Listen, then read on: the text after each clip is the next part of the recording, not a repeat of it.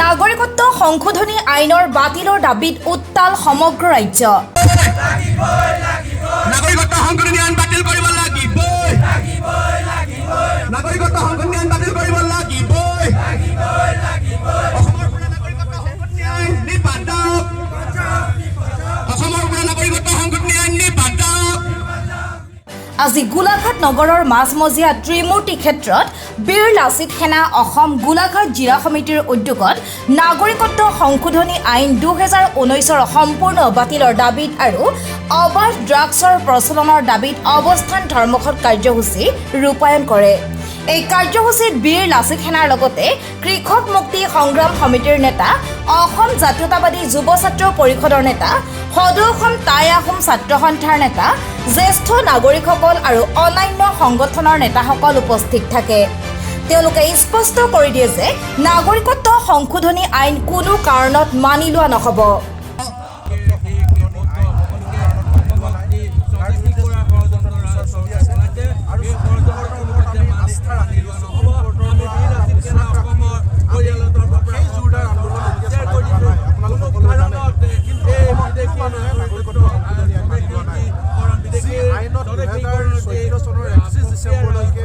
বাংলাদেশ, আফগানিস্তান, পাকিস্তানৰ পৰা মুছলমান বিদেশীক নাগৰিকত্ব দিয়া হ'ব বুলি কৰা হৈছে। গতিকে 2014 চনলৈকে বিদেশী পূজা মানি লোৱা অসমীয়া জাতিৰ ওপৰত পুনৰ তেওঁলোকে নতুনকৈ ইমিগ্ৰেশ্যন এণ্ড ফৰেনাৰ্ছ এক্সামশ্যন অৰ্ডাৰ 2025 আনি সেই 2014 চনলৈ 2024 চনলৈকে বঢ়াই দিয়া হৈছে।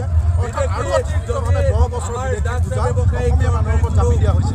এই বিষয়টো কোনো কাৰণত মানি ল'ব নোৱাৰোঁ, কাৰণ আজিৰ দিনটোত অসমৰ 100জন মানুহৰ 30জন মানুহৰ নিজৰ পেটে ভাতে নাযায়, 28জন মানুহৰ নিজৰ বুলিবলৈ এডৰা মাটি নাই। আজিৰ দিনটোত অসমৰ 40 লাখ নিবনুৱা চাকৰি নাই।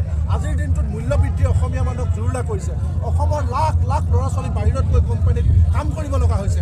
আজিৰ দিনটোত কলেজত চিট নাই। আজি 100টা পুলিচৰ চাকৰি ওলালে 10 লাখ ল'ৰা ছোৱালী পঢ়িবলৈ যায়।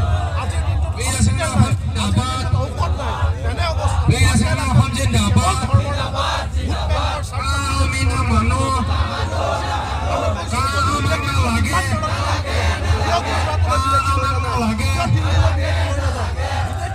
অসমৰ ওপৰত টাৰ্গেট কৰা হৈছে। এই কথাটো আমি কেন্দ্ৰীয় চৰকাৰক স্পষ্টভাৱে কৈছোঁ। গতিকে কোনো কাৰণত কোনো পৰিস্থিতিত আমি এই বিদেশীৰ বোজা মানি নলওঁ। অসমৰ সকলো ৰাইজক আমি আহ্বান জনাইছোঁ। আজি বীৰ লাচিত সেনা ওলাই আহিছে, আজি অন্যান্য সকলো সংগঠনে কাৰ্যসূচী কৰিছে, আজি কৃষক মুক্তি গুৱাহাটীত আন্দোলন আছে, সকলো ৰাইজ ওলাই আহিছে।